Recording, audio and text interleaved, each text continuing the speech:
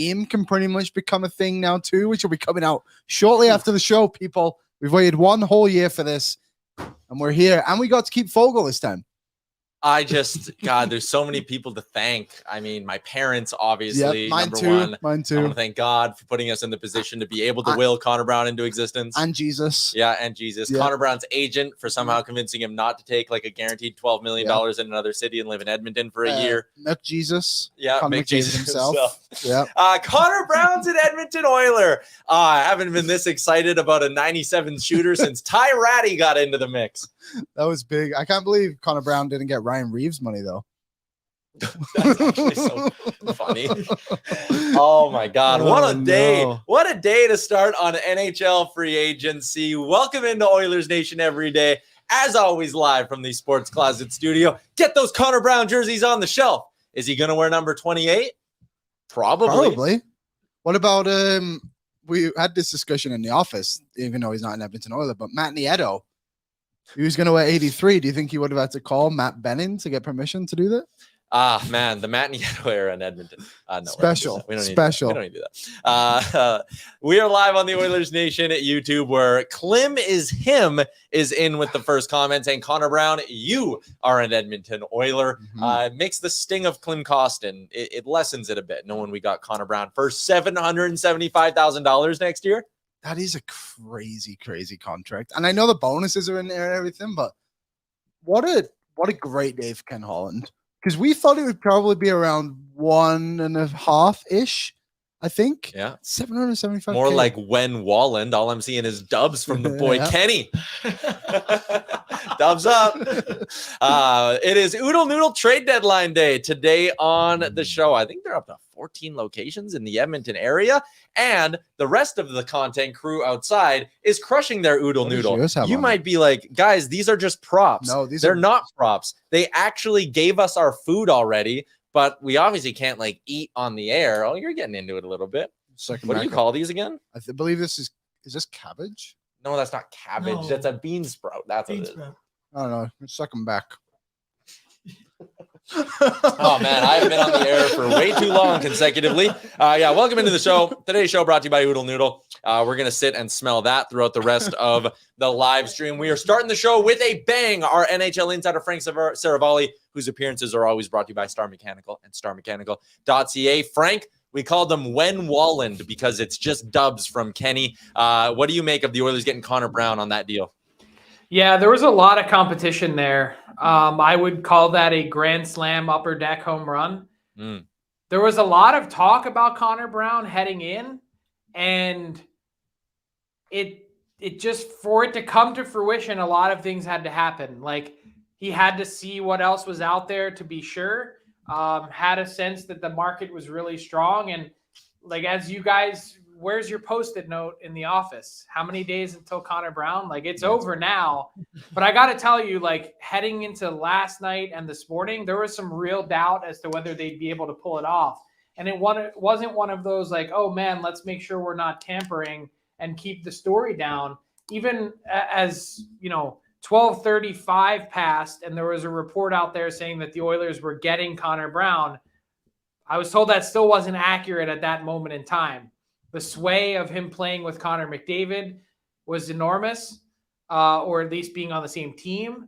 And then also just the bonus structure allowed him to at least, get a pretty decent payday for a guy coming off of an ACL injury. Yeah, an interesting bet for Connor Brown, and it says something about maybe where this Oilers team is at, that, he probably left some serious money on the table here, Frank, to take his shot playing next to 97 or 29. Yeah, so Connor McDavid at the NHL Awards said that Daryl Cates has made Edmonton a destination in the NHL, and that was just Connor McDavid playing nice and humble, because Connor McDavid and Leon Draisaitl have made Edmonton a destination in the NHL. With all due respect to Rogers Place and how beautiful things are there, it is player-driven, a chance to win, and a team that is squarely in the mix for a Stanley Cup. Yeah? Yeah, I mean, definitely. I wanted to ask you about the Nashville Predators, Frank. kind of weird the last few days for them, like selling off, obviously, buying out Duchesne, Ryan Johansson, then they go and get Ryan O'Reilly and Gustav Nyquist. Like, what do the Nashville Predators want to be next season? They want to be competitive. They want to be hard to play against. They have some nice high-end pieces in Roman Josi and UC Saros. And they want a collection of people made of character. You know, that's one thing that I kept saying if you read between the lines. Barry Trotz wanted to redo the Preds culture. He wanted to get back to the, quote, Predators way. He understood it, but that meant saying goodbye to Ryan Johansson and saying goodbye to Matt Duchesne. They keep Philip Forsberg around, of course, and then now add Ryan O'Reilly, Luke Schenn, Gustav Nyquist. A big day for Nashville, and spent a lot because they could and had the flexibility to do so on the cap. Mm-hmm. Yeah. Circling back to the Oilers, they made a couple of other smaller, sort of under the radar moves. Lane Pederson gets a 2-year deal, $775K, I believe there. Drake Caggiula is going to be coming back to E-Town as well. Solid depth adds, Frank. Is it fair to say that this is it for Ken Holland, or do you think he's trying to do maybe something else in the Pederson-Caggiula range? No, look, they've basically exceeded some of their allowable cap. I think they kind of were ballparking somewhere in the neighborhood of $2 million to spend on 2 players. And obviously with the Brown deal, they're essentially kicking some of that down the road and are going to have to apply some of it to next year's cap. So whatever Brown gets in bonuses above what the Oilers have available at the end of the season is going to carry as an overage heading into the following year. So if you're thinking about the cap increasing to 87.5 next year, you know, the following year, the Oilers will have been, you know, eating a chunk of that already in the Brown signing. And that's just the way it works. That's okay. I would ballpark Evan Bouchard in the 2 years times $3.75 million range. And I would put McLeod in the 2 years times $2 million range, or 2.5, somewhere in that neighborhood. And if you kind of plug all those things in, they might have $500,000 or $1 million left to spend, depending on how the roster breaks. If you send Pederson, you know, if you want to, or send someone else down to the AHL to start the year and have them go through waivers, they can. But they got a lot of shopping done today, and that's kind of all they could afford. Yeah. Frank, I know you got news to break and all of that, so we really appreciate you giving us some insight here on the Edmonton Oilers, and you get back to doing what you do best, and that's slamming out signings before anyone else. Thanks for hopping on. Yep, trying to do so, and happy to be with you guys all year. And sorry we didn't get you any Oodle Noodle as well. Maybe next year. All right, there you go. There goes Frank Seravalli, our NHL insider. Yeah, sorry, Frankie. No Oodle Noodle down in Philly. Maybe that's why Connor Brown signed. Maybe he was like, hey. Well, hey, Calgary only has 1. Yeah, we have you wouldn't sign there. 13, 14, you said? Somewhere in that range. Just looking at the Oilers cap situation. Let's digest what Frank just said there a little bit. 3.75 for Bouchard. Yep. $2 million for McLeod. Those are that's his range, right? He's not breaking news with that. Don't take that and run with it. Oilers alert. You DM me before you tweet anything. But let's say that does happen. 5.75 for those two. I'm looking at their cap friendly right now. It says they have 5.6, but that's with Niemelainen on the roster. He won't be. No. So basically, if Niemelainen goes down and it is 5.75 for Bouchard and McLeod, you're then sitting there with about $500,000 in cap space. That's actually probably an okay spot to be if you're Ken Holland. You're getting close, and I think you need to bring Bouchard. If you could bring Bouchard down enough to fit Lavoie on this roster, then you're golden, right? I think that's probably the goal. That's kind of what I was thinking too, is like, where does Lavoie fit into this equation? Obviously, kind of proved himself to be at least a quadruple A player. That was really loud thunder outside our office. Really loud. Oh boy. Connor Brown's here. Connor Brown coming in with a bang. I don't know if you all heard that on the air, but that was like super loud. Oh, that's a good one. All right, wait. You want to get Bouchard down enough to fit Lavoie in. Yeah, and I mean, if 3.75 is probably the max, right? They would pay him. Yeah. If you just get that, if you can get that to 3.3, 3. I think you're in a good ball range for Evan Bouchard. But I mean, like you said, like a great day for Ken Holland so far from what we know. Drake Caggiula, probably a pretty good replacement in the Yamamoto department in the sense of like a guy who's going to work very hard for you, can contribute to an extent in the bottom 6, probably not as well as he did when he scored 13 goals for the Oilers before they traded him. But I like bringing back Caggiula, Lane Pederson, a guy who probably fills out that 4th line center spot, right? Yeah, probably just kind of taking a look at things. Right shot, check, right? We did discuss a guy like Bonino. I was like, no, we don't want a left shot. You want someone who can take draws on that other side of the ice. The offense isn't there with Lane Pederson. 4 goals in 71 career games, but at 25 years old, listen, $775K with an organization that doesn't hesitate to go 11-7. Janmark, Holloway, Ryan at times could all slide to the center ice position. This is a low-risk bet by Ken Holland. I don't think Lane Pederson is going to pop off and score you 15 goals as your 4C next year. I don't think Lane Pederson plays more than 70 games as an Oiler, right? But this is good depth, and it's cheap depth. And with the second year, if it hits, you're loving life. He essentially replaces Devon Shore. Yeah, he's new Devon Shore. Congrats, Lane Pederson. I'll get my jersey changed up. Please pick 19. Koskinen, Shore, Pederson. It just makes sense. What was he wearing in that photo? I think he was wearing 28. So yes, that seems right. 18. Sorry. Do we have an 18? Oh, wow. Hey. Oh, 19 might be in the range here. Just goes up one more. Hold up. First reported. Yes, first reported. Drake Caggiula as well. That's just good vibes, in my opinion, Liam. I like Drake Caggiula, and I think I've said this story before, but when he got traded to Chicago, he had to wait in Edmonton for a little bit, so he skated with the Shore Park Crusaders. Oh, nice. And he was just a really good guy, and obviously in a situation that he didn't want to be in, getting traded away, but he kind of embraced it, really like took in the role of the players, like had his own stall had his own chair in the dressing room. He didn't have a stall, so he just sat in the middle of the room with his bag in front of him. And after every practice, the word got around. He was there for like 3 or 4 days. That the word got around that he was there, and every single kid that was waiting for like minor hockey practice, Drake Caggiula spoke to them, signed their autographs, and I think he went into like the dressing rooms a couple of times and gave like a speech.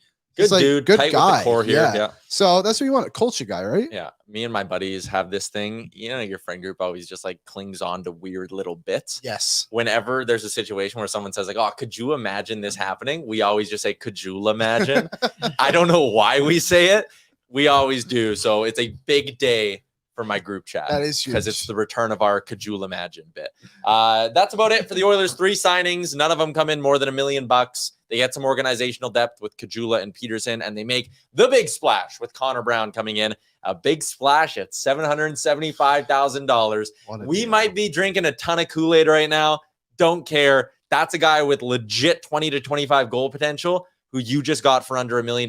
Sure, you're kicking a cap problem down the road. It could come out to $4 million, and it's all games played bonuses as well, which is an important thing to know. If Connor Brown scores 30 goals, if he scores 3 goals, the bonuses are all based on how many games he gets in throughout the season. So I'm obviously curious to see how he does here. I think he'll do very well. 20 goal mark seems fairly easy to score in the top 6 if you're healthy in this organization. But 2, like, what does this contract possibly even look like next year? You know, like it's interesting. Like the Oilers have a few guys coming off the box. Obviously, Warren Fogle being the biggest one. Bouchard, they'll have to probably re-sign. I would imagine Ryan McLeod gets a 1-year deal too. So the Oilers with more cap space will be in a similar spot this time next year too. So we'll see what kind of happens. But as of today, and you got to look in the future, in the present, kind of like what the Vegas Golden Knights do in a sense of like, we'll just worry about that later. And that's what the Oilers have done with Connor Brown. Is like, it doesn't matter what bonuses we give him. We want him to hit all of them because we want him to play 82 games and score 60 points for this team. Let's get to our Sherwood Ford Giant offseason question of the show, Liam. We have seen a lot of deals go down. This really was a bit of a throwback free agency, in my opinion. Like 10 years ago, you know, before like Twitter was that big and all that, you wouldn't get as many. You would get more stunners. You'd sit there, you turn on the TV. Now you turn on YouTube and watch Daily Faceoff Live.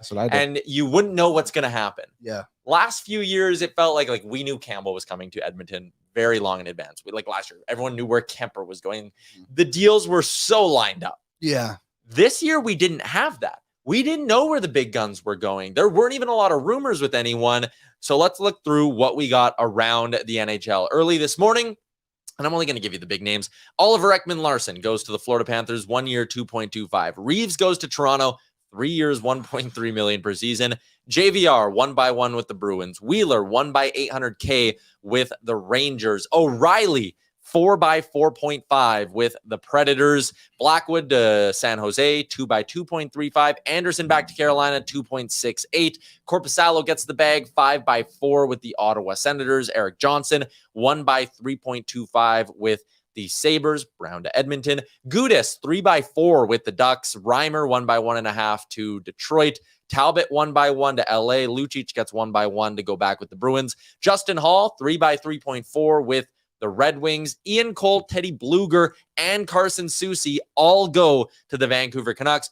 Orlov, big one. Yes. Canes get him for 7.75. Rumors that they are right in the mix for a piece like Michael Bunting right now as well. Connor Sherry gets a $3x2 million deal with the Tampa Bay Lightning. I don't think Shattenkirk got 1x1 with the Bruins. Pacioretty 1x2 with 2 in bonuses. Nyquist to the Preds, 2x3.19. I just threw a fire hose of signings at you. The short for giant question is this: one team you like, one team you don't. The one I kind of like. That was a loud one. I saw the Lightning. Yeah, I can't see anything. Did the Oilers just make another signing? Outside of Edmonton, I actually really liked the JVR deal. 1 year, 1 million. The right side is strong with DeBrusque and David Pastrnak already on that right side. So I think adding JVR to be a third line right winger at 1 million for a guy who we spoke about, he's still like good. I know he only scored about 12 goals last season, but I think he's worth way more than that. The one I don't like, and I feel like everyone's just going to say this one, Ryan Reeves. Like, it's not even about the money per se. Like, you couldn't get him for 1 year. I know. You couldn't get him for 1 year and say, we'll give you 1.5. Like, I don't even really care how much money he's making. It's the fact that they signed Ryan Reeves for 3 years and thought this will be team toughness. Not really, because he plays 5 minutes a game. I saw that one. I saw that one too. Oh, we're in the thick of it, people. Great day for a baseball game. Yeah. Go Riverhawks. We are like, that was like a second and a half. That's close. Yeah. Okay. So yeah, the Ryan Reeves one just doesn't make a lot of sense to me at all. But one question I want answered, and I should have asked Frank this: what happens with Brett Pesce now? Like, I know Carolina can keep him and everything, but now there's rumors that they're also in on Erik Karlsson too. There is talk about so that. the top 4 could be Burns, Jacob Slavin, Orlov, Pesce, and Erik Karlsson. And then and Brady Shea. So that could be a 6. They could probably trade away Brett Pesce or Brady Shea. You'd think they'd want to do it to upgrade their forward group, but then they go spend money on Bunting, and you go, hey, how much are they going to spend? I said this in the room when they signed Orlov. When is someone going to tell Carolina that the defense isn't the issue and it's the fact they can't score goals? Yeah, I think that's a fair criticism of what's going on. I don't get it.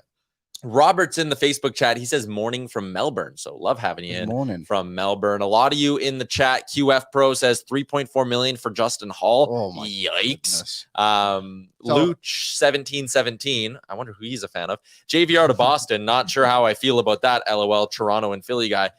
I'm with you. They're my winners so far. Boston? Yeah. Not because they did anything sexy, but they left themselves now a little bit of money to go get a center. I think them going after Comfer or Duchesne makes a ton of sense. Matt Duchesne to the Dallas Stars. Really? Who has that? TSN. Friedman and 1 year, 3 Friedman, million. Johnson, LeBron. I'll have it, yeah. 1 year, 3 million. That's a good deal for Dallas. I'm surprised Boston didn't try to beat that. It's weird how they just haven't signed a center. Dallas. Right?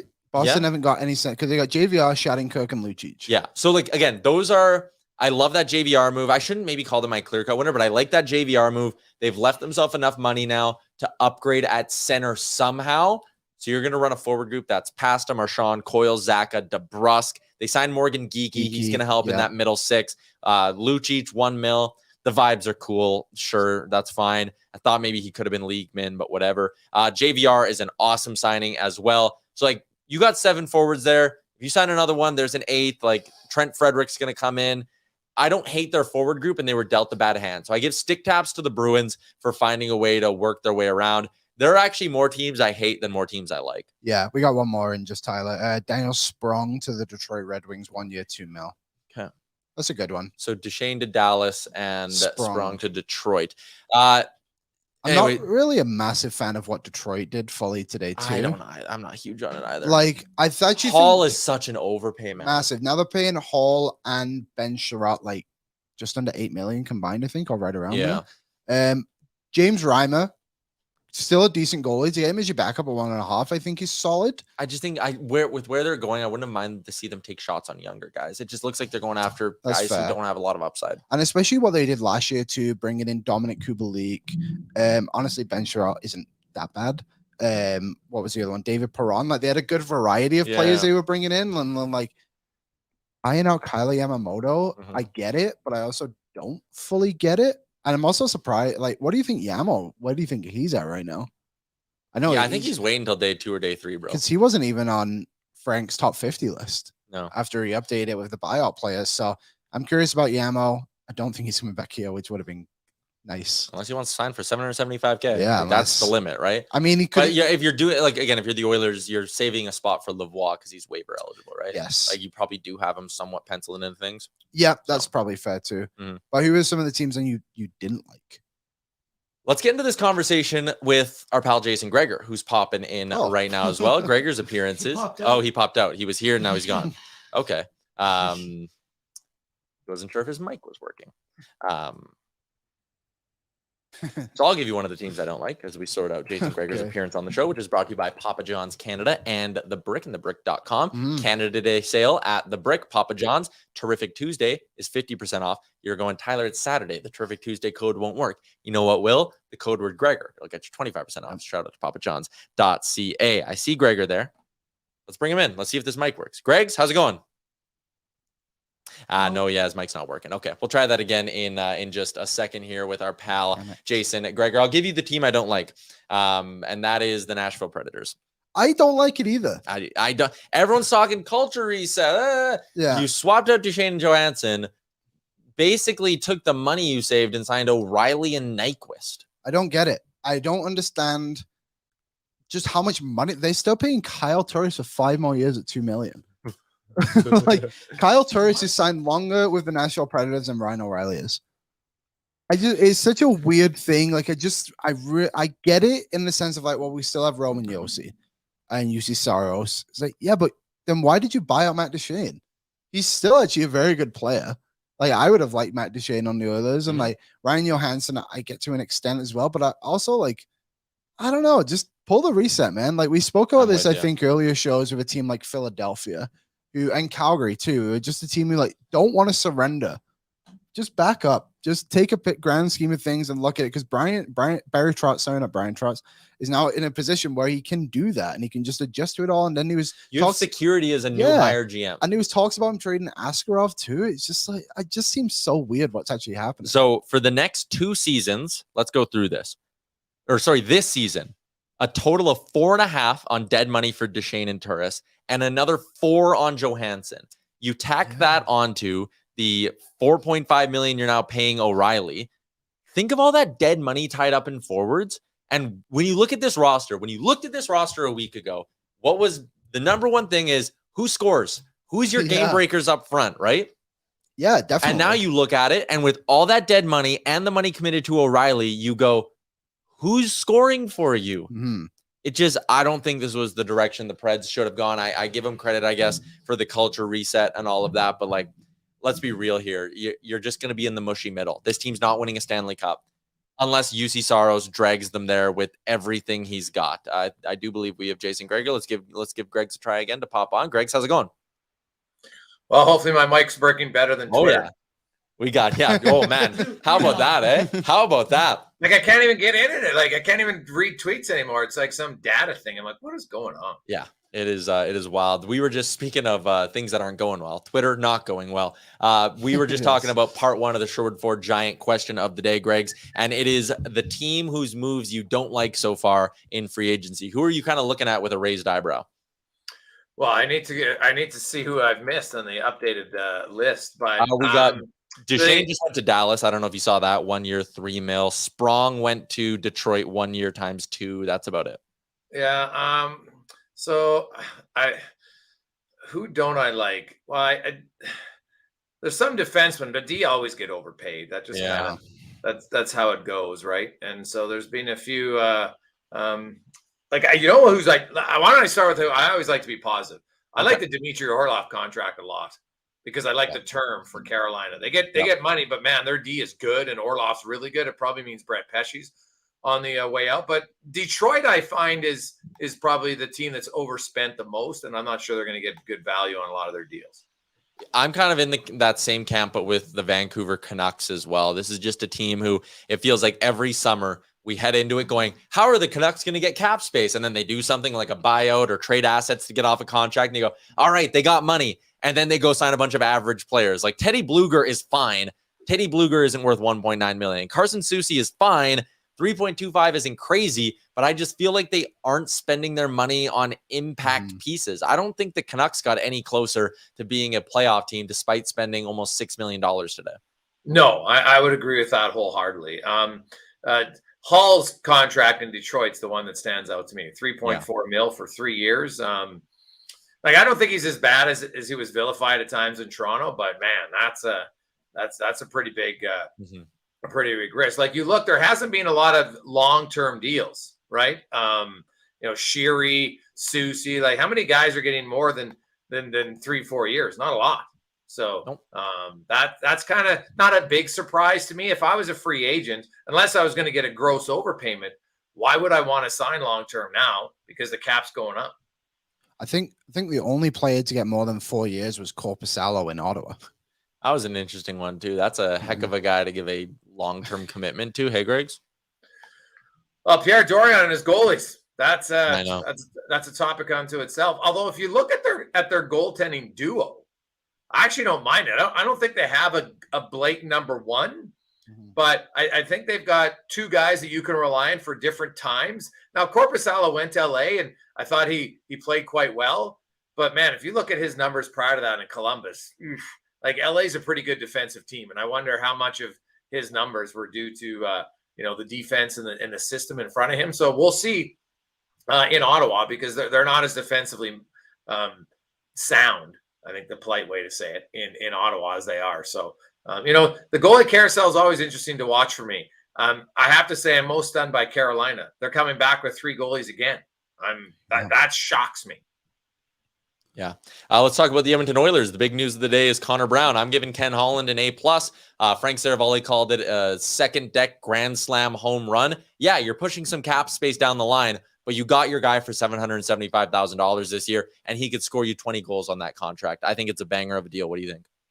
Well, this year it is, but next year. So let's say Connor Brown scores, and I'll just say 25 because if he scores 30, it would be great. But let's just say he scores 25. Obviously, you're getting great value on that contract.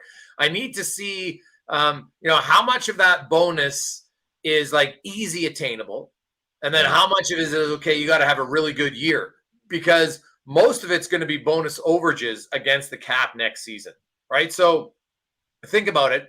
You could have him being 775, but let's say he hits all his bonuses. So that's 3.25 mil. Then you got to re-sign him for probably a base salary of 3 to 4, that next year, technically, he could count upwards of 6 to 7 mil for your team.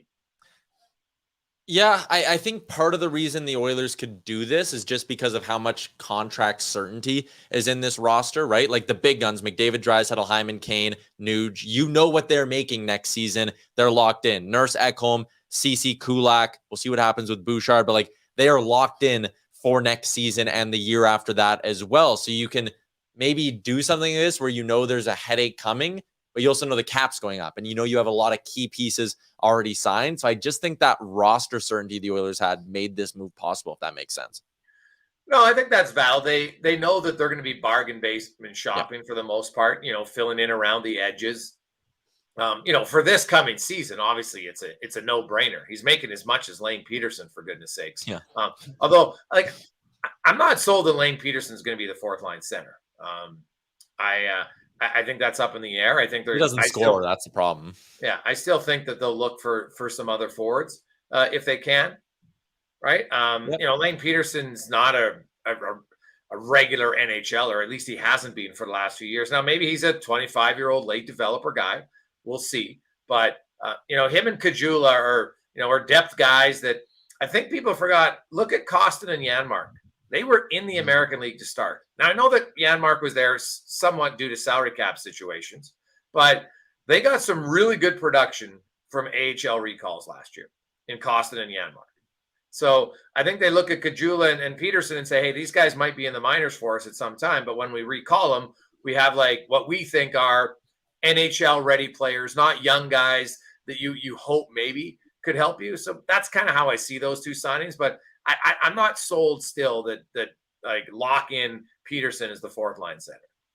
Yeah, that's fair. So maybe a little bargain bin shopping for Holland still coming this summer. You mentioned Lane Pederson. Drake Caggiula is also coming back on a 2-year deal. Like, these aren't guys who are going to make huge impacts next year, but I mean, to grab pieces at $775K, Jason, I think it is still smart. And Caggiula is a guy comfortable here, obviously. I would bet Pederson and Caggiula probably spend a good chunk of time down in Bakersfield this year, but I still don't hate these moves. Oh, no. Hey, you need depth in your organization, and injuries are inevitable. Somebody's going to get hurt at some point. So Edmonton's, I think, a team that when they recall players, they want to know more what they're getting rather than just young, inexperienced guys that maybe can play. And the difference is you don't have to worry if you recall Caggiula or Pederson that, well, geez, we got to play him some minutes here. Let's send him back down to the minors where they could play a lot, right? They're at that stage of their career. Like Caggiula's 29. His development's over. He is kind of what he is at this point, right? And even Lane Pederson's probably pretty close to being the player who he is. Like, I think they look at this and say, is Drake Caggiula going to give us more than Tyler Benson? And I think the answer to that question is yes. Fair enough. Let me rattle off some of the breaking signings we've gotten here since you've joined the show, Gregs. We got Sam Steele going to Dallas, 1 year, $850K. Jason Zucker is going to the Arizona Coyotes, 1 year, $5.3 million for Jason Zucker. Arizona's got money to spend, though. They're just balling out. They have $100 bill, but they can only shop at the dollar store. That's what this Jason Zucker signing is with this one. And there's one more here. What I have? Michael Bunting finalizing a deal in Carolina, 3 years, $4.5 million. You said you like the Orlov deal. Do you like the Bunting deal here too? I can't. Not really. And not because I don't like Bunting, because Carolina has lots of guys who aren't top end scorers who are good 50-point players. They got lots of those guys. So they added another one. But is he now he's a little bit more rambunctious and tenacious than the other guys they've had. So I probably like that element of his game a lot more. But man, I look at Carolina and they're such a really good balanced team. But come playoff time, guys, who's your difference maker? Who's scoring you the big goal? Who's putting you over the top? Like, do they have a Jack Eichel? Do they have a Mark Stone? They don't. Like, is Sebastian Aho that guy? I'm not sold he is. Yeah, I think that's fair. They're almost, in a way, in the same boat as the Carolina Hurricanes or as the Nashville Predators, right? We talked about how going into the summer with the Preds, it was like, okay, how can they find guys who can score? They made buyouts, they spent a ton of money, and you're still sitting here going, who are their high-end scorers? Carolina now has added a great D-man in Orlov. I love his game. I like Bunting's game as well, but he's a middle six guy in my opinion, not someone with top line potential. So I still think you're left sitting here looking at the Canes going, who's gonna be your guy? Who's your game breaker? Who is scoring you the big goal like Matt Tkachuk would for the Panthers in the final minute of almost every playoff game, right? Like, who's your guy that can take over a game? I still don't see it in Nashville, and I still don't see it in Carolina. Those two teams have left me a little confused. Yeah, I'm totally like Nashville. It's interesting. Is Ryan O'Reilly going to bring you a lot more than Matt Duchene? Yeah. Right. That's obviously what they're going to be considering. Right. Like, I will say this, man, that Duchene deal at $3 million for 1 year, I think there's a lot of really good value return there for the Dallas Stars. I like that contract a lot. Yep. Last year in Dallas, it was the Benaissance. This year, the Duchene-assance. It works the same, I think. Scored 40 goals a couple of years ago. It works. There's something there, Liam. There's something there with that joke. We are live on the Oilers Nation YouTube. He is Jason Gregor. His appearances on our show brought to you by The Brick and Papa John's. Dr. Carpy says Carolina is a rudderless ship. That is an interesting way to put it. Some people in the chat saying, why aren't the Oilers going after Sam Gagner? Listen, I would, as much as we love the heartwarming Sammy G story, can't bring everyone back. Lane Pederson's got upside, right? He's 26, like you said, Greg. You can't bring back every former Oiler in one summer. Sam Gagner is probably a guy, like he might be on the outs. I don't know if he gets another deal. Yeah, I didn't see Gagner and Edmonton being a match. He doesn't play center anymore. They really need a fourth line center. I don't think you can go into this season and say that Lane Pederson's lock loaded our fourth line center. So I would expect them, to still add another signing in that regard for the Edmonton Oilers. But you can't always hey, they got Drake Caggiula back for Oiler fans who like the reconnection. I know there's some people that have been asking about, hey, what about Yamamoto? Would they bring him back at $1 million? I don't, not that Connor Brown's here. There's no need to now, but had you struck out on Connor Brown, maybe you would look at it. But I think, Yamamoto, even at $1 million is good value, but I think they felt like, is Yamamoto a guy that's going to help us put us over the top come playoff time? Is there a landing spot you could see Nick Bukestad going to? It feels like his time in Edmonton is pretty much done now. Well, I think he's testing the free agent market. I think there's quite a few teams that will look for him. But you know what? Like he had a big resurgent season, 17 goals, played very well in Arizona. He might go back there. Like I said it before the day started, I thought Arizona was going to spend some money. And, Tyler outlined the Zucker contract, right? Like that, they don't sign guys for that. And so will there be other veteran players who Anaheim, we saw Gudas get some money. You look at Zucker. I think there will be some players that look, and Arizona's going to want to at least be more competitive. And they got like Keller's really good. So I don't mind Schmaltz, but could Bukestad go back there? He probably could. I think they liked him there a lot, so he's comfortable there. There's probably a landing spot. But I'm curious about Nick Bukestad in the sense he finally got a taste of playoff success. He won his first playoff round in his career. You're on the other side of 30 now. The money's one thing, but I think you want that competitive balance. So who knows? Maybe Bukestad, like we've seen it, guys. You have an option from a playoff team, and then I want to test the market because I think, hey, I want to cash back in. And then the market comes, and the only people offering you contracts are non-playoff teams. Now, if you sign a big ticket with them, then the odds of them trading you become more difficult, right? Because cap space is so limited. So does Nick Bukestad, if he wants to go to a playoff contender, I think he's going to take less money than he would if he was in Anaheim or Arizona, for argument's sake. Yeah, that's fair. He did talk about how much he enjoyed playing playoff hockey. Let's wrap up with, oh man, what did I just have in front of me? I might have lost my train of thought. Liam, you got anything else? Yeah, I do actually. Is there a team you surprised that hasn't done anything yet? Toronto that's actually what I was going to ask. Okay. I'm looking at the Leafs. Like, are they maybe the biggest? They might be up there for biggest failure. You lose on Bunting, O'Reilly, and you don't get Shen back, and your only move is giving Ryan Reeves $1.3 million for 3 years. Well, I'll say this: there's more mistakes on July 1st than good hits. So I think keeping your powder dry. Like, look at the Oilers. Did they sign a guy for more than the league minimum? No. No, they didn't. So, but now it's Connor Brown, so I know that comes with an asterisk. But big overspends happen usually early in free agency. I know some would say Reeves. I think the term's probably more of an overspend. But if he's in the minors in the third year, by then he doesn't even count on the cap. So it's kind of irrelevant. I think some people look what Klim Kostin got $2 million, guys. Because Klim Kostin can score, but he also can add a dimension to a team that drastically lacks it. Ryan Reeves is big and strong. He's beloved in the room. He loosens things up.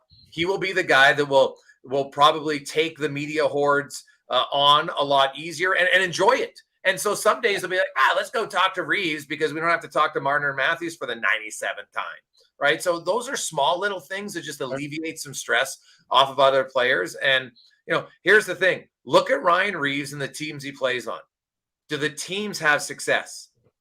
Yes. Right now, they're like they've had pretty good runs with Reeves on the team. He's not the main cog, but I think his role everybody I've talked to, they love the guy. They enjoy it. It helps. Guys play a little bit bigger. That's a fact. Some people don't want to admit it. They want to just crunch their numbers. There's no proof to that. Well, except everybody who plays the game says there is. And I think there is. Now, how much? That's debatable.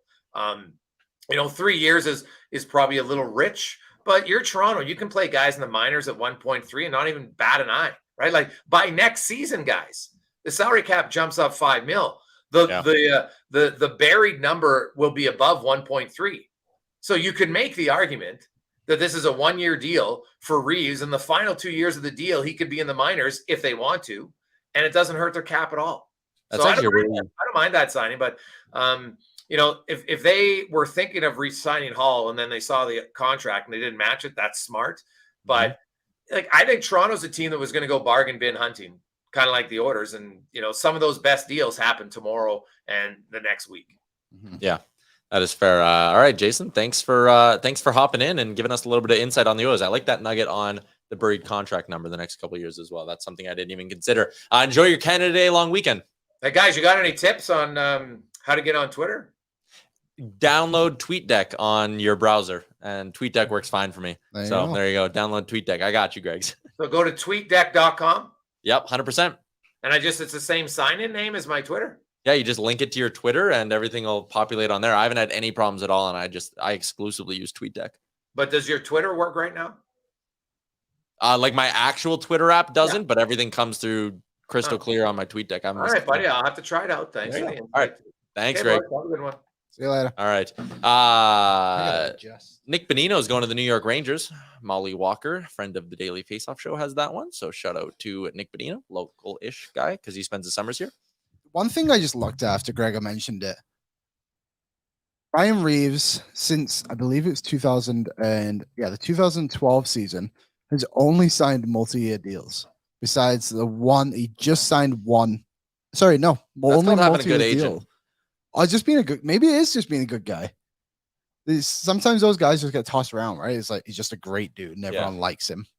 Kind of crazy. He has made bank for what he does. Yep. Yeah. What are his career earnings? Career earnings, what is this? 17.2 mil. For a guy that has a career high of 9 goals. Boy, oh boy. It's like those I wish I could fight. It's like those backup quarterbacks in the NHL that you'll always hear. It's they ended their career with like 40 games played and $140 million. You were all excited. Started the show. You came in. You said, Tyler, I have a notepad and I took notes. Have we gotten to everything on your notepad? Let me take a look here. We did OEL, didn't we? No, we didn't. Okay. With JVR being 1-by-1, Lucic was 1-by-1. Wheeler was basically 1-by-1. Yep. Shattenkirk was 1-by-1. I think Florida overpaid for OEL. Before I knew all those deals, I said higher than expected. He was on pace for about 33 points last season if he had played a full 82 season. Oh. But OEL is obviously not the man he was. I'm very surprised he got more than 2 million. I thought he was going to come in at around 1.5, 1.75. So didn't like that one. What else I got on here? Matt Nieto to the Oilers. Just finished with JK. Smart. And then I just said Lane Pederson. I was like, one way seems weird, but you explained that to me and it seems right. So for the people wondering about like what is a one-way deal, basically all that's changing, my understanding of it, when you're on a two-way deal and you get sent to the minors, you have a lower salary. You make an American League salary. The Oilers giving Lane Pederson $775K is just them saying, if we send you down to Bakersfield, it's a guaranteed $775K no matter where you play.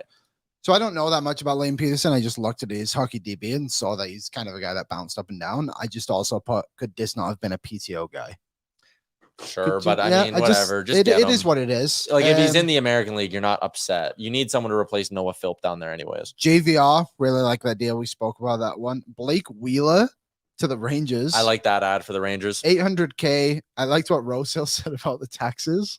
I thought that was very funny. Yeah, he basically said taxes and escrow, JVR or Wheeler's playing for free. Gonna make nothing. And Frank was like, dude, he's made like over $70 million in his life. He's fine. And also the Rangers, I couldn't believe this, just have no right wingers. Like that. Obviously, I know that they lost Patrick Kane and Tarasenko. They're both right wingers. Yeah. Yeah. So they're right wingers on Daily Faceoff right now. Gaudreau and Jimmy Vesey. So Wheeler's probably a top 6 winger for them at $800K. Yeah. That's a sick deal. What else did I have? Ryan O'Reilly. I said, does this man not want to win? And what is the Nashville Predators? Yep, we got to that a little bit. I like how you wrote all of these on individual pages of your notebook. Yeah. And then I It's think all about that flip. this is the last one I had was all of great deal. The blue line is nuts, but what is the future of Brett Pesce? That's the question now, isn't it? And I think they might hold on to him, bro. I think if they get Carlson, I think he goes in the Carlson deal. Yeah, because and then San Jose will just flip him and use him as a way to get a first. Whatever he is, yeah. That's actually fair. That's not the worst. That's not the worst train of thought. What do we got going on? Some people were asking about Noah Gregor. Should have asked. We could have asked Gregor. I didn't want to put him in that spot though. No. I think Noah Gregor probably actually could get maybe even a little north of $1 million. I don't know if he's a $775K guy, and I think it probably makes more sense like a guy in that position, like Lane Pederson. What's his ceiling? His ceiling's an NHL everyday fourth liner. So come to Edmonton where you get a chance to do that, play that role. Noah Gregor has a higher ceiling than that. Also, he's a left shot, so he can play the right side, but I don't know. Is there a spot for him on the left side? No. Right? Yeah. Holloway, Fogle, Kane, and Nuge are all going to be above him. On the right side, maybe there's a slot in between Janmark and Connor Brown now, but again, it's on his right side.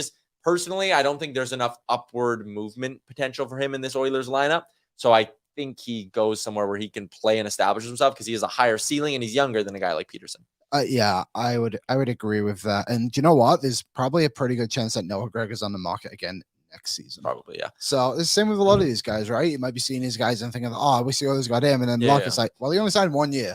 Yep. So just looking, someone had a comment in here and was like, why can't you just sign Bouch for $750K? Would he get offer sheeted then? I don't know this stuff. Okay, good question because I think other people might be confused. Bouchard is free to sign an offer sheet with whoever he wants in the NHL right now. He is officially a restricted free agent. Another team could call up his agent right now and say, we want to give him $8 million on a 1-year deal. And Bouchard would have every right to accept that contract.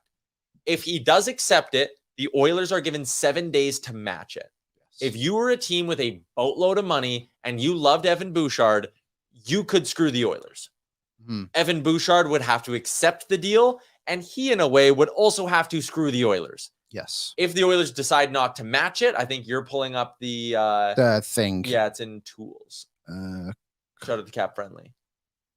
Maybe it's interactive. Okay, I'll search. You talk. If the Oilers say, okay, 1 year, $8 million is way too much for Evan Bouchard, it would screw our cap structure, then they're entitled to draft pick compensation from the team. And that would be pretty good calculation. I'm pulling it up. I think I got it. Oh, you think offer sheet calculator? Yeah. So if it was $8 million, the Oilers would get, if it's anything more than $6 million, the Oilers would get a first, a second, and a third. If it's more than $8.5 million, the Oilers get 2 firsts, a second, and a third. And there are only about 11 teams in the NHL who actually have the draft pick capital to legally put in that kind of an offer sheet. Yeah. And just looking at them, St. Louis has too many D-men. Vegas has too many D-men. Nashville is running out of money. Carolina has too many D-men as well. So it's like Anaheim, Arizona, Buffalo, I guess they have too many D-men. Take them out. Anaheim, Arizona, Chicago, Seattle. And that's it. So there's only 4 teams in the league who could, like, by the letter of the law, do it. And Bouchard would have to agree to basically screw over the Oilers. It's not happening. An offer sheet won't happen. Bouchard, Frank said he's looking maybe 2 years, 3.75. 2 years? Yeah, that's what Frank said. Oh, okay, nice. That was just his guess. It wasn't a report. What's better, 1 by 3 or 2 by 3.75? I think 2 by 3.75. 2.375. Because the thing is, like, I get it. It's like, okay, the Oilers are doing it all right now and just getting guys locked in. But like we said, kind of with the Brown stuff, like, the Oilers are going to be in a similar spot next season because a lot of the same guys are free agents again. You don't want to be looking at Evan Bouchard and being like, damn, he just had almost a 70-point season, and now we have to pay him $7 million. But if you give him a 2-year deal, him and Draisaitl are up at the same time. Does that worry you or no? No, because I think by that point, getting out of Campbell might be easier. Yeah. The cap could be $10 million more than it is right now. Like, Draisaitl could double his salary. There's sure. a lot of variables in it, isn't there? A lot of variables, yeah. Like, I mean, even next summer, right? Like Fogel's going to come off the books. That's 2.75. Maybe you move on from a Ceci or a Kulak. Like there's definitely options there for the Oilers a couple summers from now. Would love to see a 2-year deal for Bouchard. Would love to see a 2x2 deal for Ryan McLeod as well to keep adding to that kind of cost certainty that a guy like Ken Holland has built up. The Oilers now have 11 forwards signed, 6 D-men signed, and 2 goalies. They have $6.3 million in projected cap space. So if Bouchard would do the Oilers a solid, 2 years, 3.4, and then if McLeod did 2 years, like 1.95, you would then have enough money to keep Lavoie on the roster and actually run with 13 forwards, 70 and 2 goalies, and actually have the full size roster. And then at the deadline, you could make a decision and go, hey, we're going to start running a lesser roster. Boom, you got cap space at the deadline, just like that.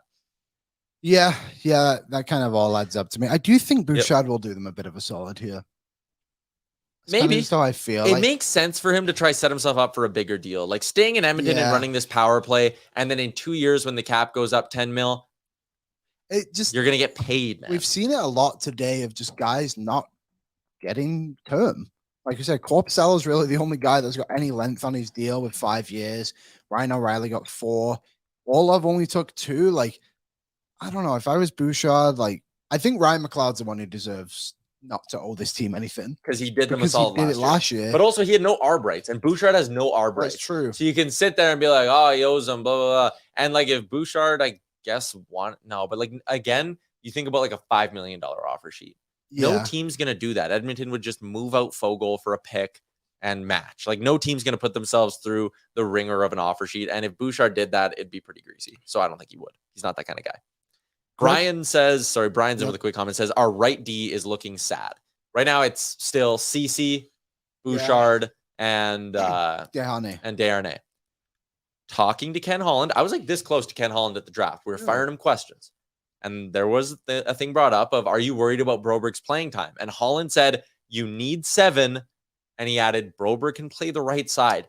I think they're actually a lot higher on Broberg's ability to be a right shot demon or a right side defenseman next year, even though he's a left shot. I think they're a lot higher on that than maybe we've talked about. Yeah, I think so too. And I actually think it was Low Tide made kind of a thing about this too, being in one of his articles that Broberg maybe is the top 4 right shot defenseman, might not be the worst thing in the world if you bump CC down to your 3rd, and then Desharnais is your 7th man. And I think that makes a lot of sense, to be honest. And if you're playing with an experienced player like, honestly, Darnell Nurse, you should be okay to do that. I do believe in Cody Ceci's abilities to bounce back. I think Gregor made a really good point the other day of like, look at the other players out there who made Cody Ceci money and play the minutes that he does. And I know you kind of want to see those reduced, and that would help with the mistakes, but I don't hate the defense as much as other people do. I hate the team defense and what happened, and I think that needs to get better, and I think it will. Brian, here's what I'll say. Ken Holland has bullets. You look ahead to next year's draft, he has his 1st and 2nd rounder. You look ahead the year after, he's got his 1st. They are no longer operating in LTIR. That is huge. Yes. Your cap flexibility changes so much because you're not in LTIR. This blue line, it may not be Stanley Cup caliber right now. It isn't Stanley Cup caliber right now. 12 months ago, Matthias Ekholm wasn't even on the radar as a guy who could come in here. The forward group is so set. Does that right side need help before the playoffs? Sure. But you never know who could become available ahead of the deadline. And Holland has bullets to make another big splash, and he's now got the cap flexibility to do it. Do you think the Oilers are better today than they were yesterday? Well, okay, we'll say draft day before they traded Yamo and Klim. So Yamo and Klim out, Caggiula, Pederson, Brown in. Yeah. I'll say yes, just because I think Connor Brown's a better top 6 winger than Yamamoto. Yep. And while you downgraded your bottom 6 a hair, that's a sacrifice I'm willing to make, if you can kind of get what I'm saying there. And there's the element of internal improvement still with this team, right? Ryan McLeod, could he have a breakout year for you? At 23, I'm maybe not as bullish on it as I was a year ago, but still, when he was in the lineup, he did a lot of good things for the Oilers. Is Dylan Holloway going to take his step forward? Is Raphael Lavoie going to be an everyday NHLer? There are at least a few pieces where you could see them taking a bit of a step forward next season. So are they like miles better? No. Are they worse? Definitely no. And they have flexibility ahead of the deadline. This blue line, again, to bring it back to your comment in the Facebook, Brian, this blue line scares you right now. If this was the pregame show of game 82 and it's the same blue line we're talking about going into the playoffs, I'm with you, dude. I totally would understand that. This blue line almost won them the Pacific Division this year. This blue line, swapping Ekholm for Keith, got them to the Western Conference Finals one year, and Darnell Nurse was playing on half a leg. Last year, we keep forgetting Kulak was playing second pairing. Broberg and Bush was a third pairing for this team. They upgraded it. A full year of Ekholm will make this blue line better. Jack Campbell bouncing back will give us the illusion that they're better defensively. He won't be 888 again. I'm not worried about it. It's not a thing where I'm going into the season being like, we could be done 2 months in because of the blue line. That's just not the case. I think it's fair to say they are better today. I just think there's more question marks with it, right? Yeah, like you explain that, but there was also question marks last season too. We didn't really know what Klim Kostin was when he came into this Oilers team. He was like -8 in Bakersfield in 4 games. You know, he hadn't really proved himself a lot. So Holloway, I think, is more established, and we know what he is. Ryan Donato is going to Chicago 2 years by $2 million. The Blackhawks will give anyone any sum of money. They're basically just calling up players they like, saying, blank check, what do you want? Corey Perry's like, $4 million? Yep, $4 million, Corey. You're good. What do you make of those deals and the $4 million for Perry and not Fogle? Foligno. It's too much. They needed to get to the cap floor or the salary floor. So, like, sure, even after all these signings and Donato, they still have almost $19 million in cap space with 13 forwards, 4 D-men, and a goalie on their roster. Again, hey, it's not Kyle Davidson's money and they're 1-year deals. So long-term, they are very inconsequential. But I thought a big part of these moves would be like, hey, we bring in Foligno, we bring in Perry for 3/4 of the year, retain half, flip him at the deadline. Good luck finding someone to take a contender to squeeze in Perry at $2 million at the deadline. Unless they just don't care about that. That's the only question mark about it, right? Is like what?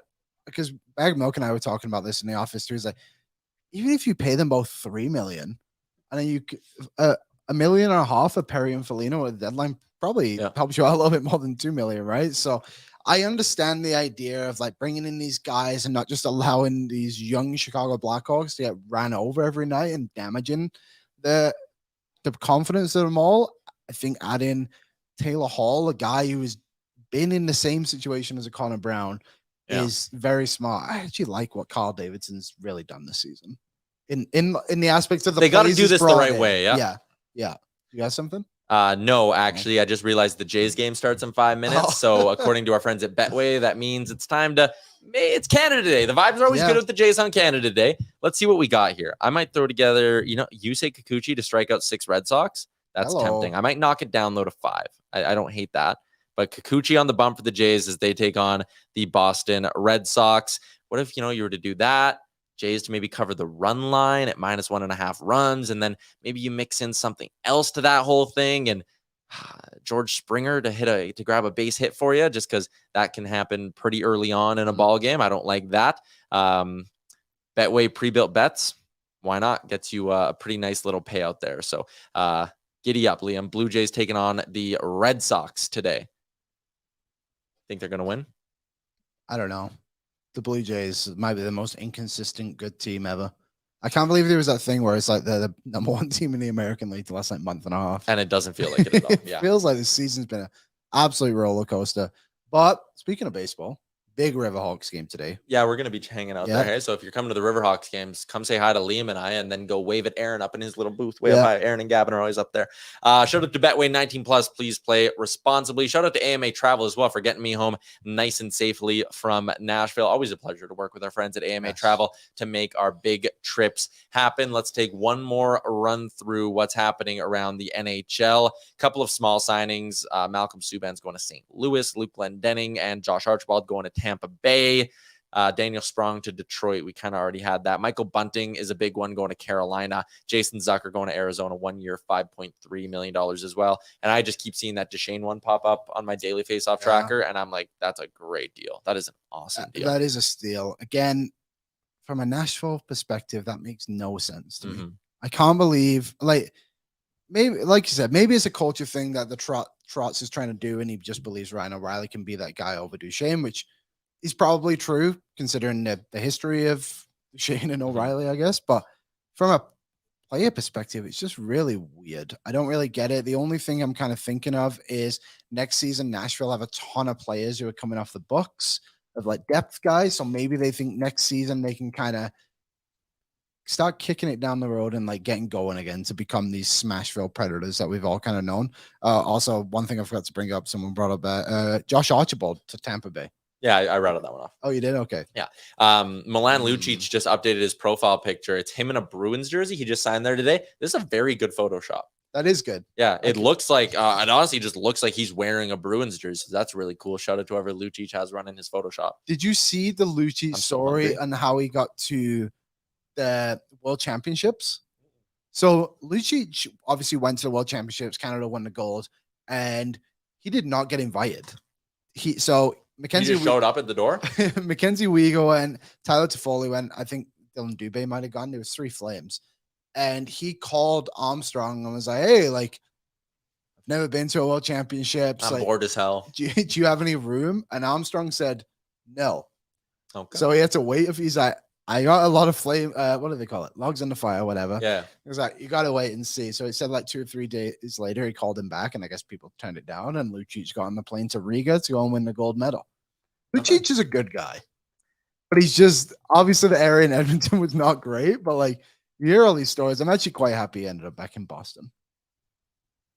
Yeah, I think it's a good story vibes wise. Someone commented and was like, the Elks are making news. Because they stink. Yeah, they're terrible. I don't think they are. I was hoping they fired Ben McAdoo, but that is not the case. They're not going to get better until they fire Ben McAdoo. Oodle Noodle trade deadline edition of the show. What'd you get? I went Tokyo glaze with beef, and I think you did the same thing with chicken, right? Chicken. Yeah. It's very good. I honestly, we got a green onion cake right behind the camera as well. Aaron's gone. He's just not even running the show anymore. So we're doing it all ourselves. I actually don't know how we can end the show. We might be stuck. We might be trapped.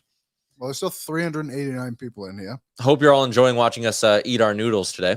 One more bite. Christoph says we basically gave up 3 players for Connor Brown. I mean, no, that's a poor way to look at it. I think there is some serious upside here with the Connor Brown thing that wasn't quite there with a guy like Yamamoto. I think there's a chance Brown is more impactful come playoff, or Brown will be more impactful come playoff time. I think another way to look at it too is, do you want Klim Kostin and Yamamoto at $5 million each? Yeah. Or do you want Ryan McLeod and Evan Bouchard at $5 million each? Yeah.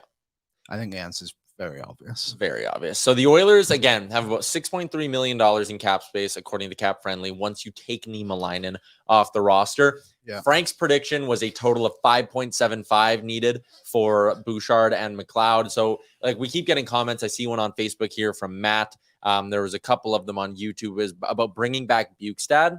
I would love to, but it just won't work. It can't happen. I think you know what could honestly happen is he signed somewhere for like $2 million, and at the deadline you just get him back again. But he wants to get some money, and he should. He scored 17 goals last year. You just can't make it work. Like, I'm trying to wrap my head around how you could make enough room to afford a $1.5 million player. You just can't. No, you're real. The only thing you're doing is moving Warren Fogle. Really, and you're not doing that. And you're not doing that. Yeah, I think this team is very good.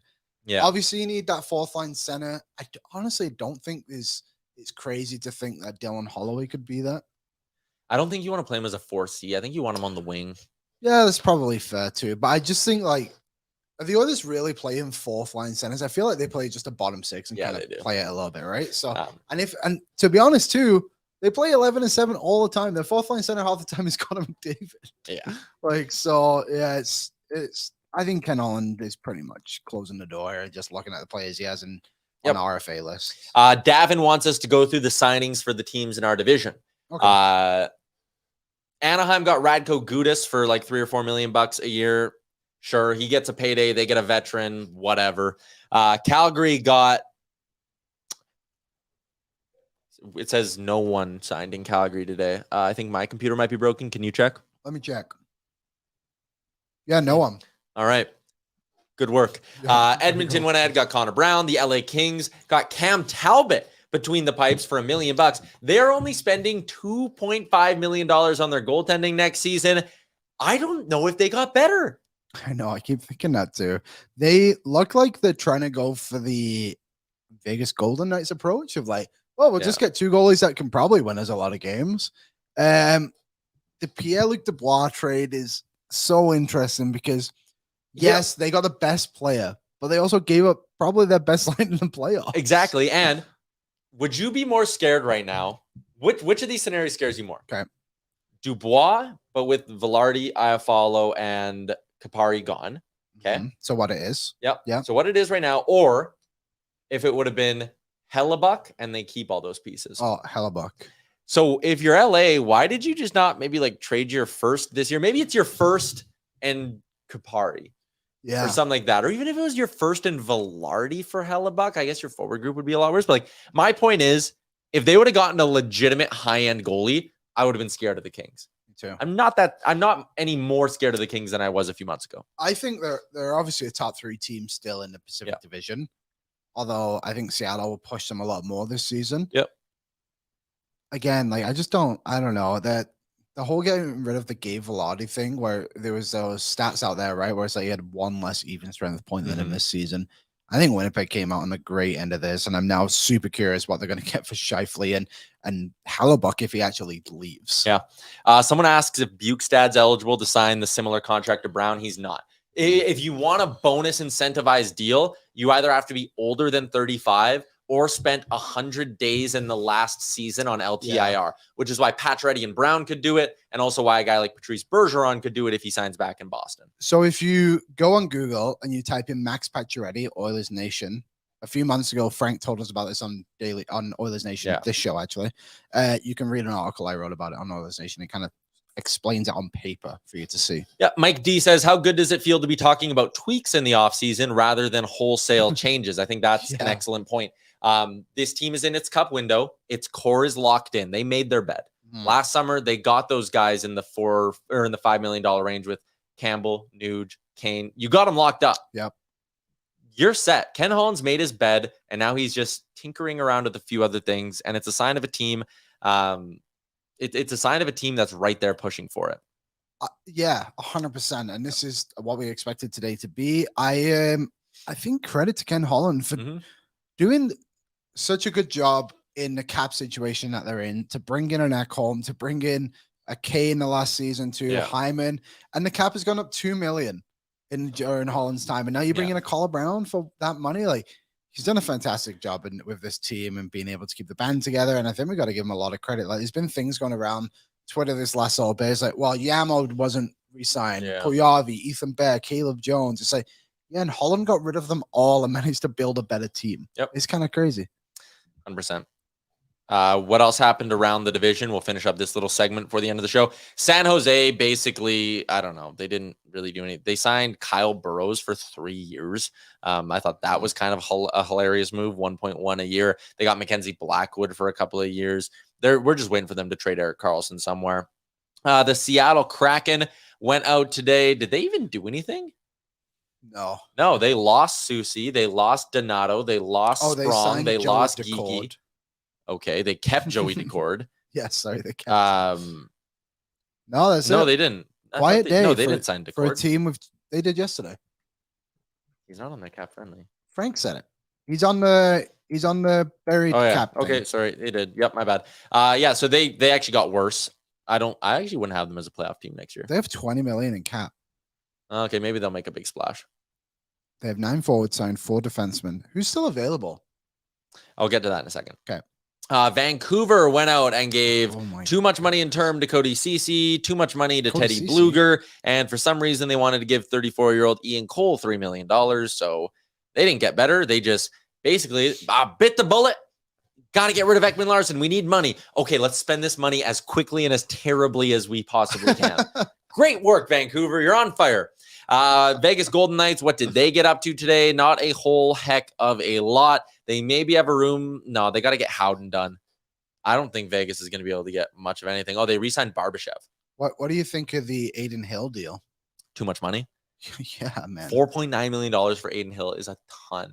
And okay, granted, us as Oilers fans, we sit there and go, the Campbell deal sucks, but 7.6 on your goalies isn't bad. Logan Thompson's $760K. 5.6 on your goalies with those two is actually really good. So tongue in cheek on the Hill thing, I think it's fine. It doesn't hurt them.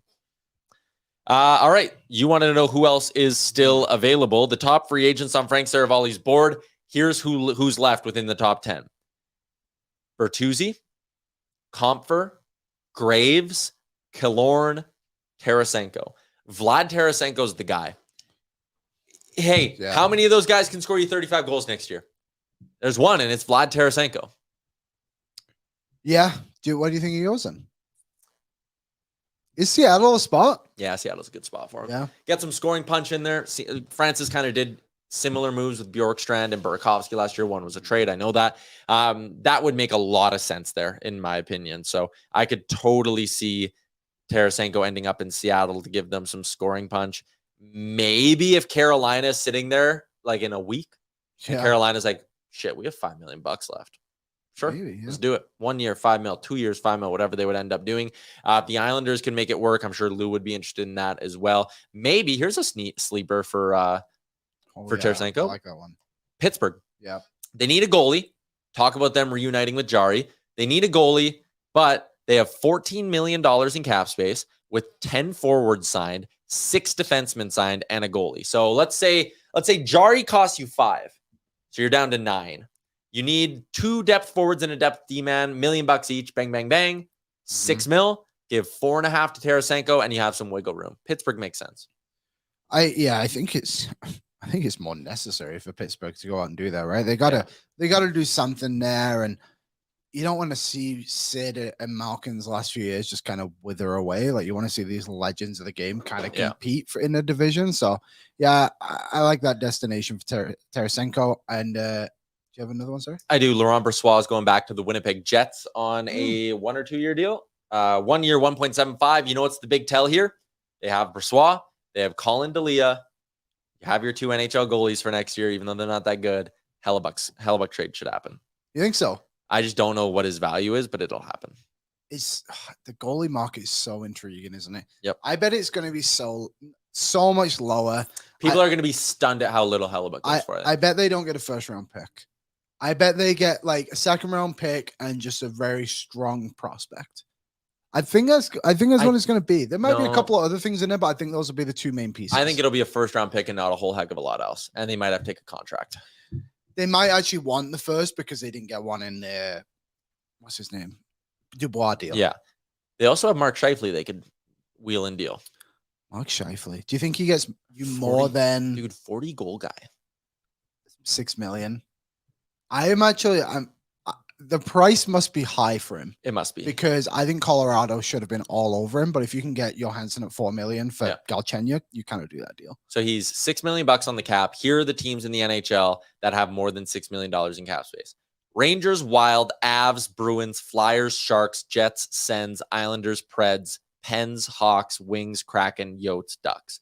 So there is quite a bit that could afford him. And if the Jets are willing to take back a contract, those teams could squeeze him in even easier because a lot of them, like Colorado, they only have 14 players on their roster. Like a lot of those teams, it's actually a little bit of a facade that they have that enough cap space. So yeah, there you go. Arizona need to address the defense. The forward group is actually good for them. Keller, Schmaltz, Zucker, Krause, Barrett Hayden, Michelli. Yeah. Defense, they don't have a defenseman who's getting paid more than $1.7 million. And they have 6. Yeah. Ryan Graves. I think I said this on the show the other day. Like, go take the ticket, man. In Arizona for a couple of years. Get your money. You'll probably play a top pair in there. Stack your bread up, as the kids say. Yep. The kids always say that. They always do. Our friends at Betway are updating the Stanley Cup odds as we move through free agency day. The Oilers are number 1. Woo. Plus 800. Betway has the Oilers as the favorites to win the Stanley Cup, with Colorado, Toronto, Boston, and Vegas sitting behind them. Liam, let's wrap up the show here with this question. Okay. A team who hasn't done something who you think needs to make a big splash. That needs to make a big splash. Okay, let me go through this one quickly here. I don't think there's really anyone in our division. Colorado have done theirs. Dallas have done theirs. Minnesota need to probably move out some money. Nashville have splashed too much. St. Louis. You gonna read that? Elliot Friedman says the Avs are giving Miles Wood a 6-year deal. What are they paying him? $1 million? 6-year deal. Well, Colorado are not on my list.